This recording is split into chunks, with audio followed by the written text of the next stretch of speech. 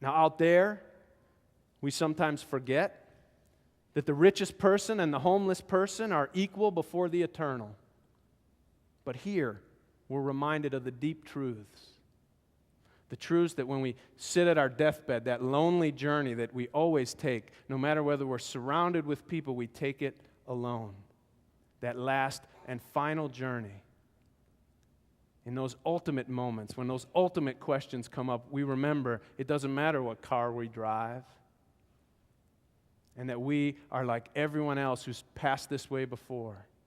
And we start asking ourselves, have I paid attention to the deep truths in my life? So out there, we may not think alike or believe alike or vote alike or look alike or love alike. Even in here, we may not do all those things. But in this place, we join every week to dwell together in peace, help me out, seek the truth in love, and to help one another. It's a beautiful thing when you think about it. It's a miracle. You see, in a way, what we do here is a rehearsal for the way we hope that the world will someday become. We are trying to be a living testimony of a beloved community that Jesus talked about and that all the religions in their own and different ways talk about. Now I have to stop here because I'm getting a little dangerously close to my message on September 12th on homecoming. And I hope that you'll be here. We have a very special service designed for September 12th. The choirs are working on some really special music. I'm talking to John Wolf about being here, our minister emeritus. And on the 12th, staff's going to come up and we're going to do something really, really special. So I hope you can be here. We're going to have lunch on the lawn, a big tent, maybe a Jupiter jump. We're trying to work out all the details now for the kids, but free for everybody. Invite your friends back. Invite people who you haven't seen in the church for a while. It's a homecoming experience for everybody to be here, to be together again, to remind us who are we, what are we about, what is our vision for this church, for this world.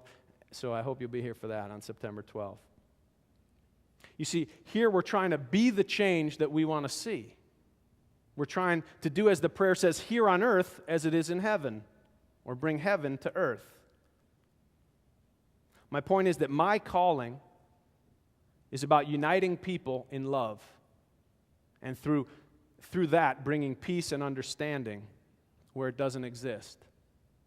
And every day I have a choice, and many choices, that lead me toward my calling, and choices that could lead me to forsake my calling.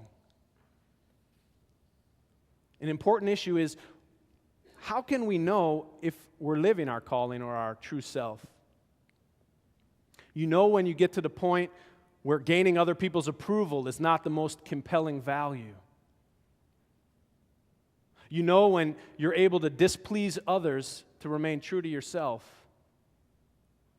You know when you're able to leave money on the table to do the right thing. You know because even when a decision hurts and the path is hard and long, you find the strength to go forward because you feel the power of your integrity pulling you. With all the distractions in our lives today, we take in so much pointless information, it's ridiculous. And we often fail to leave enough time to listen to our inner truth. You are called to do something particular with your life at every stage of life. I work with people who are dying, and it's amazing, even in the last weeks, in the last days, sometimes in the last moments of somebody's life, some of the profound things that happen in their relationships with their families and things within themselves that they start to understand. It is truly, I've realized over the years that our sense of calling and purpose are in every moment of our lives and every stage. And sometimes it changes and it's different, but it never goes away. It doesn't have to be huge and it doesn't have to be earth-shattering, but it has to feel real, and it has to feel as if that's what you're meant to do. Do you know what you're called to do?